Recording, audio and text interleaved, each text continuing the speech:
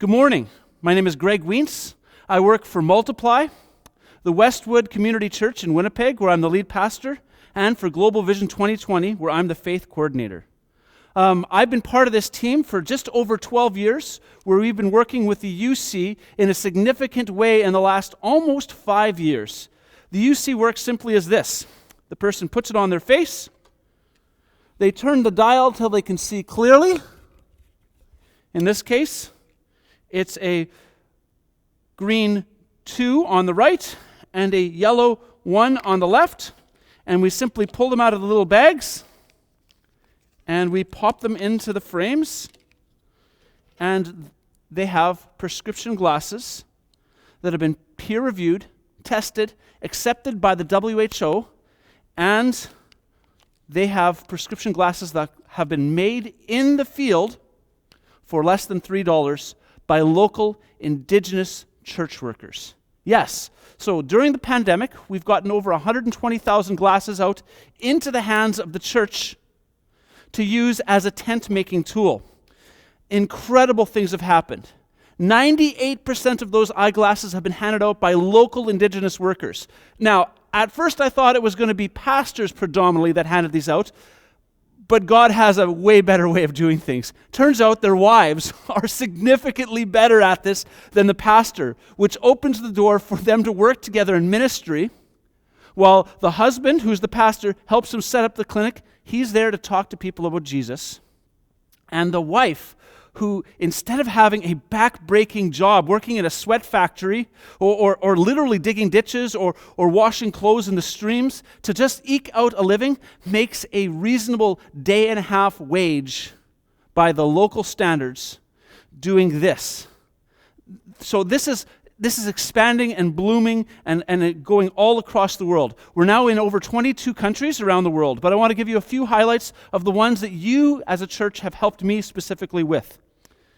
Well, Malawi, last year, we formally got our license after being there for 3 years to set up unlimited clinics. We had one clinic that was in the refugee camp, Zalika, but the government loved it so much that they came in and said, can you guys set up clinics in 40 districts across the country where the Optometry Association says there is no access to optometric services.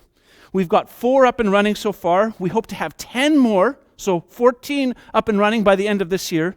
Last year, we got 12,000 eyeglasses out. We hope to get 40,000 eyeglasses out, which means actually in Malawi, we as a church are now the biggest supplier of eyeglasses in the whole country, and all the profits go to paying pastors, putting roofs on churches, to digging wells next to the church so that the church has fresh water and becomes the hub of the community in so many ways beyond just the spiritual life, but the physical life.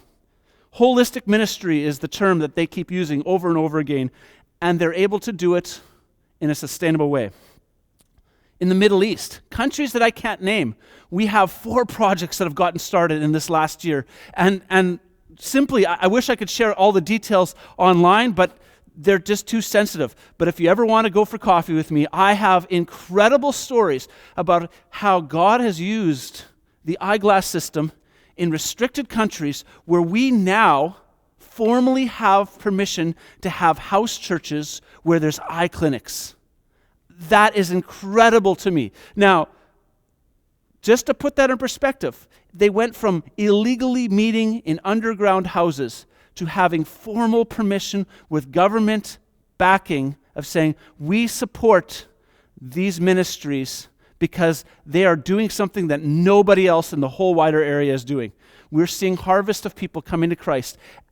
And how those connections have affected is we have people who are now coming over to Canada, to Winnipeg, who are from those sites and are joining our Arabic-speaking church with the EMC conference that we're partnering with. God is just doing incredible things. South Asia, that's another one.